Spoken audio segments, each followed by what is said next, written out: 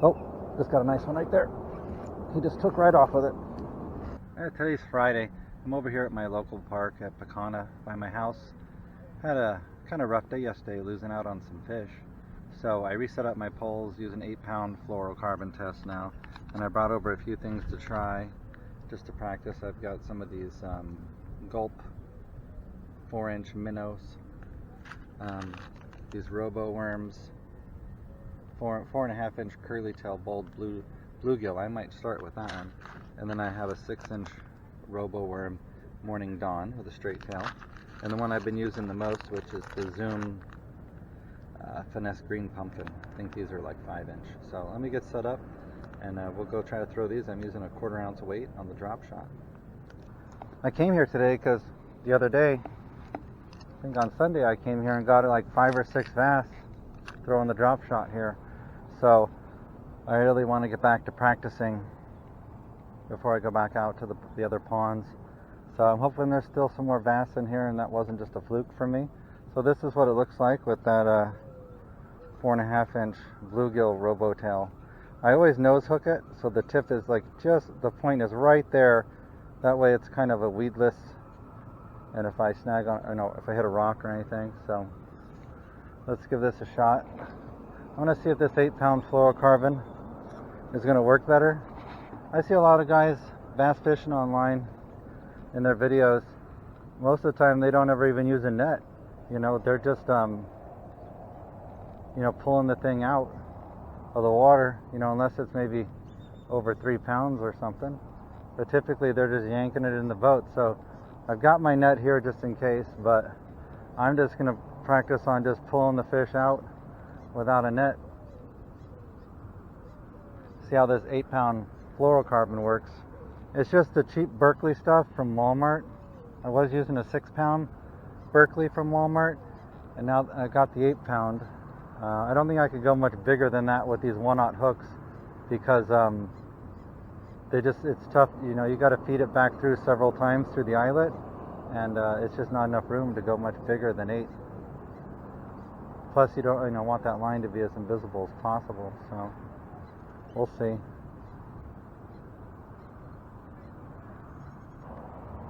And when the water is this clear, like this, you can actually, on a slack line, you can actually see your line.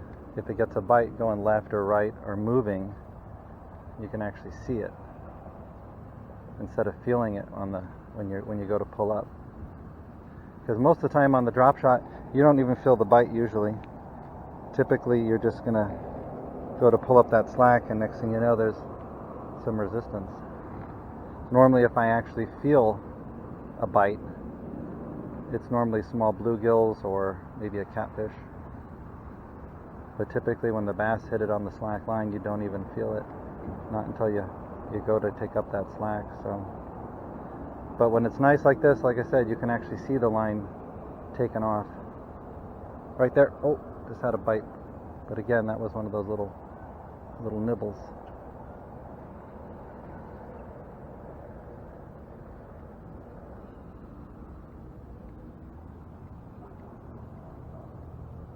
I got 2 rods tied up today, so if something happens on this one, I can switch over to that one.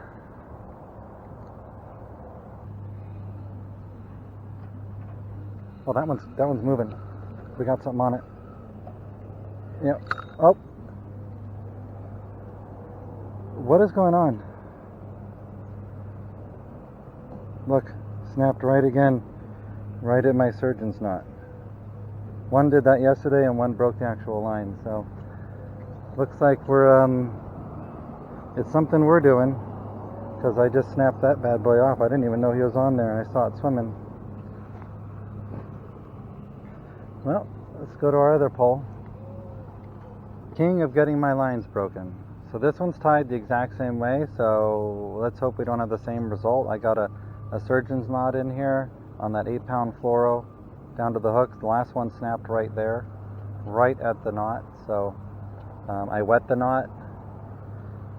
Let's try this one. I made sure my drag is looser. So on this one. So we're switching to the ugly stick. He felt pretty good. I didn't even know he was on there, and all of a sudden my line's like going flying this way, and then I go to set the hook, and boom, he's on there. This one's got something on it on the first cast. Look at that. I switched to the green pumpkin. He flew way out to the middle. Doesn't feel as big as the last guy, but we're just going to try to pull him out, see what's going on with this line.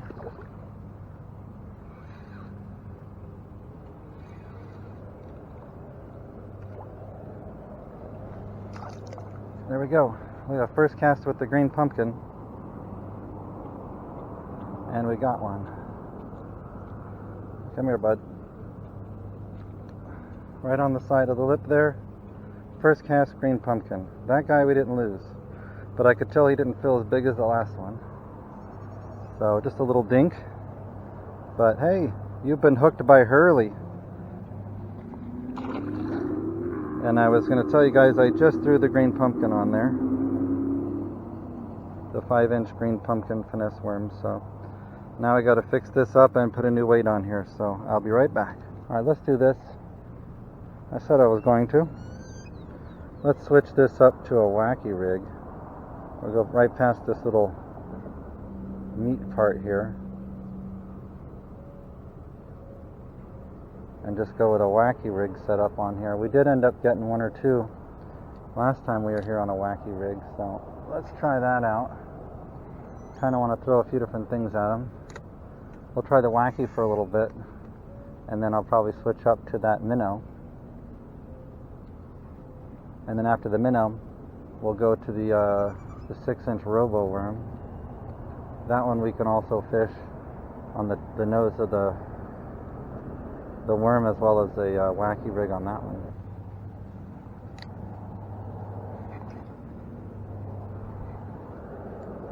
Alright, let's see if we can hook one on this wacky rig, and then we'll switch over to that minnow. Kind of the goal today. Oh, we got one right off the bat there on the drop. Feels decent. Let's see if we can keep this guy. Keep the tension on him. Let's see if we can snap another line here, guys. He's staying down pretty good. Oh yeah, he looks pretty good. I almost feel like I do want to get the net on him. Oh, okay. Don't snap me. Don't snap me. Don't snap me. Come on. This feels like a snap again, guys. Come on. He's walking me away from the net. He knows where the net is. I want to land this guy, so I'm going to use the net. Let's hope we don't break it off. He's a decent one. Bigger than what I've been catching, but not by much. Come here. Come here. Get over to the net. I don't want to break the line. It's my last one. Yeah, he's a decent one. You've been hooked by Hurley. And we lost the worm, but that was on the wacky. He was hooked pretty good. Let's get that out of there. Come on. There you go, guys. Definitely better than the last one.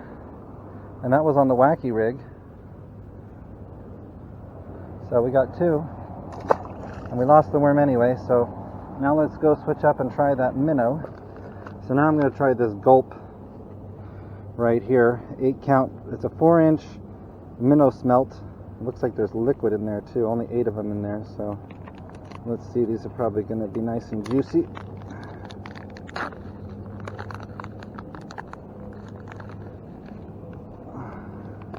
On the back, they kind of show you all the different methods, and they do show just using it on drop shot, so that's what I'm going to try. Put this bad boy on the drop shot, see if we can try to get one every which way today. Make sure my hook's not all tangled up here. We want it standing straight up, perfect. And then let's nose hook this guy. Right through there. I just want to be able to just barely feel the tip of that. Alright. So far so good. We lost one and broke a line. Let's try this minnow out.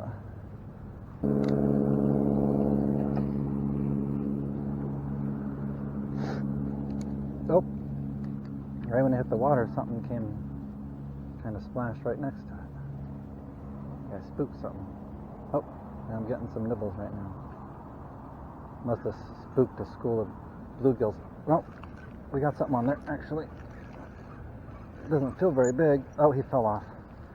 I think like a little bluegill bit the tail or something, because he did not feel very big. And we lost the worm, or we lost the little minnow. Alright. We got a fresh one on. Fresh 4-inch minnow.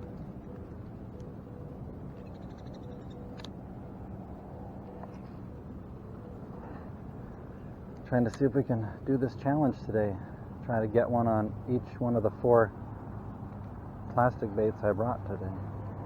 So far we've gotten 2 with the green pumpkin 5-inch, which is my go-to. I mean, if I can only pick one, that would be the one to use, because I can drop shot it and I can wacky rig it, which I got one both ways with that. I've used the robo worm. I've got a couple with the robo worm before.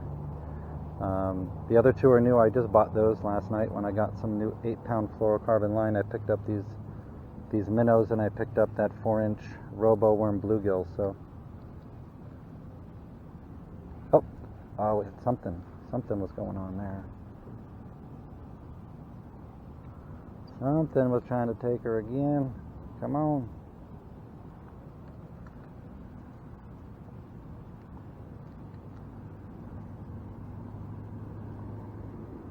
They say they have like more scent and stuff, so they have all that liquid in there. So I guess leaving it down there for a little bit maybe draws them in with that scent. 7 a.m. We've been here an hour. We've gotten 2 bass. Working with this 4-inch white minnow here. Had a bite or 2 on it, so let's try. We're trying to catch something on each one of these 4 soft plastics I bought. There's 2 boils right straight ahead of me. Got it right between the 2 of them.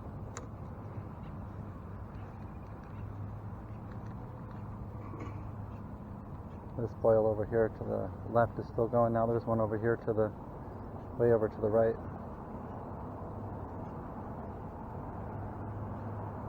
But this boil over here in the middle is just moving right along there.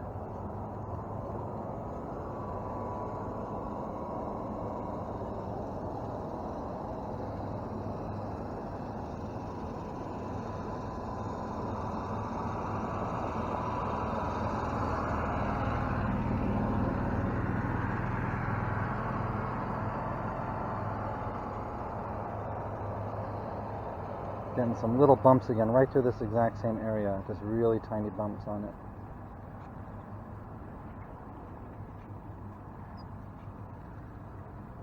Oh, no, that's something better. Let's see if we can keep this guy on. Looks like a small little bass. Yeah, he's a little guy. Let's see if we can pull him out without having to use the net. Come here. So we got one on the minnow now. So there's a minnow one, little dinker, but that was on the 4-inch minnow. So we've gotten 2 off of the robo worm, or not the robo worm, the green pumpkin. 1 wacky wig, 1 regular. That was off the 4-inch minnow. Now let's switch up to the robo worm. You can really feel the salt in these ones. So this is a 6-inch straight tail morning dawn color robo worm, like a purple here. Just going to do the old nose hook on it, right through the end there, about a 1/4 inch or so on. Just nose hook them down to where I can just feel the tip of that. So that's these ones here.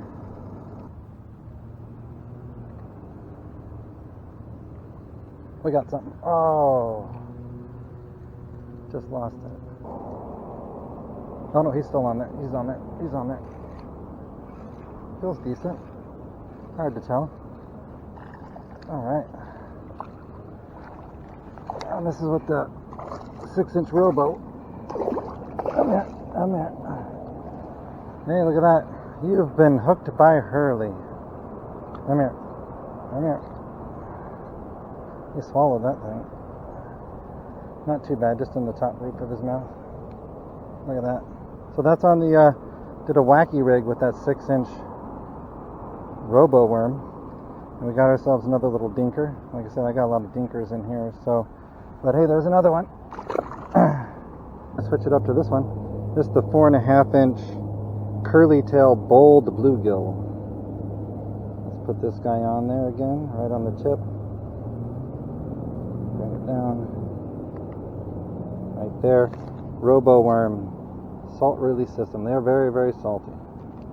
Let's try this. We did hook into one earlier that broke off my other pole with one of these, but we haven't landed one with this yet. So let's try this. So far we've landed one with all of the different plastics we brought today. Now we gotta try to land one with this one. I get that salt off my hands.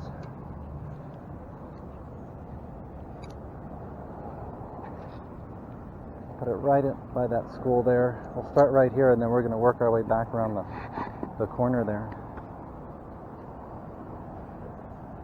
Yeah, it is very interesting to be fishing drop shot. It's new to me. I've only been doing it less than a week. But the bite is so much different than anything else I've ever fished before. It's, the bite's happening on a slack line.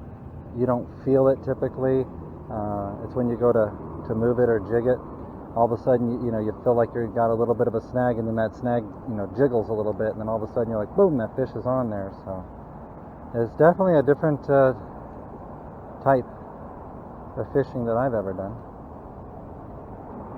I might have mentioned it earlier, but usually, you'll feel it when you go to lift that line up and give it a little pop, or when the water is really smooth and clear in the morning like this, or a certain time of the day where you can really see your line in the water. Sometimes it'll just start taking off.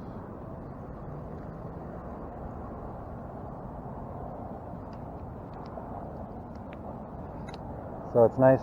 Right now, I can really see everything going on with my line pretty much at this time of day. Plus, there's so much algae back here in this back corner that I can really see my line when it's going through the water. Oh, just got a nice one right there. He just took right off with it. He feels decent, like the last guy I got on one of these. Oh, and I left my net way over there, so let's see if we can land this guy. Or let's see if he can break us off. He hasn't come up yet, so nah, he's just a regular dinker. Just a regular dinker. He's a little heavier though, he's fat. But look right there, we got one on that 4.5-inch bluegill robo. Yeah, he's not that much bigger, or about the same size, but he's chunky and heavy. Much heavier than the other guy I just got, but about the same size, but fat. Oh, hey, don't drop down there. Let's go. All right. Well, you've been let go by Hurley now. Okay, so far so good. We've now caught something on every one of these.